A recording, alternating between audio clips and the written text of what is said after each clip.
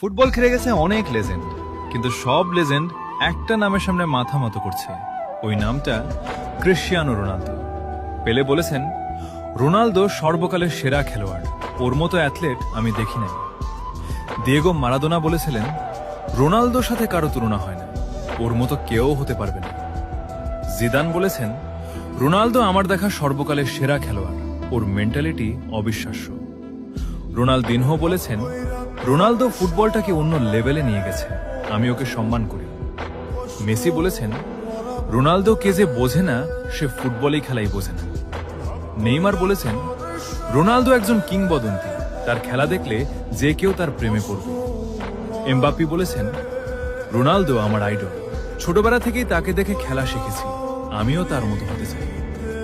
কাকা বলেছেন, Ronaldo great of all time god, এবং তার সাথে কারো তুলনা হয় না, সে সর্বকালের সেরা প্লেয়ার।